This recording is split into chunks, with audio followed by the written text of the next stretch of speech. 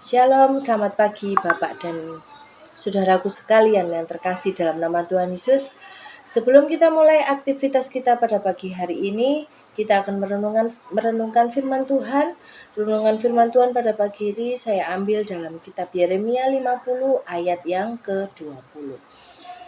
Demikian firman Tuhan, pada waktu itu dan pada masa itu, demikianlah firman Tuhan, orang akan mencari kesalahan Israel tetapi tidak didapatnya, dan dosa Yehuda tetapi tidak ada ditemukannya.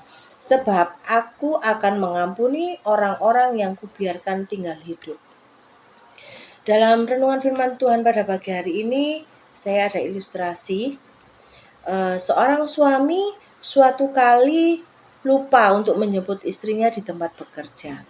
Ketika ia meminta maaf, sang istri hanya bilang tidak apa-apa dan tidak menunjukkan kemarahannya sama sekali. Namun pada hari-hari berikutnya, sang istri terus mengungkit-ungkit kesalahan suaminya dan bahkan tidak melupakannya selama 1 tahun. Di tempat yang lain, sepasang suami istri bertengkar karena sang istri lupa hari kelahiran suaminya. Sang suami marah dan tidak mau bicara sama sekali kepada sang istri. Tetapi keesokan harinya, ia memaafkan istrinya, merelakan kekecewaannya sebab ulang tahunnya tidak diingat oleh sang istri.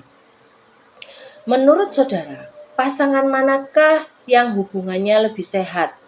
Manakah yang menggambarkan hubungan kita dengan Allah? Renungan firman Tuhan pagi hari ini saya beri judul jangan mengungkit-ungkit atau tidak mengungkit-ungkit lagi. Melalui ilustrasi tadi kita melihat bahwa cinta Allah kepada kita adalah cinta yang kudus, yang bebas dari kemarahan dan kebencian.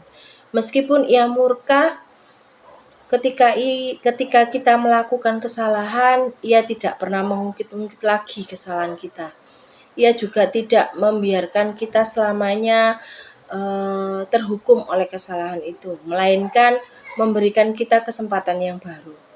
Kita memang manusia berdosa, tetapi Allah tidak hanya melihat kita dari kesalahan yang pernah kita lakukan, Ia melihat dan mengasihi kita seutuhnya.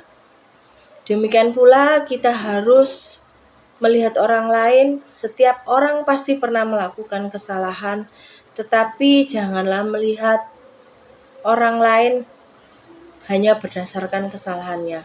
Marilah kita meneladani kasih Tuhan, kasih yang tidak pernah mengungkit-ungkit kesalahan yang pernah kita lakukan.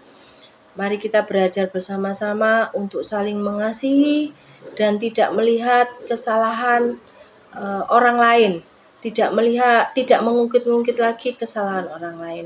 Selamat pagi, Tuhan Yesus memberkati.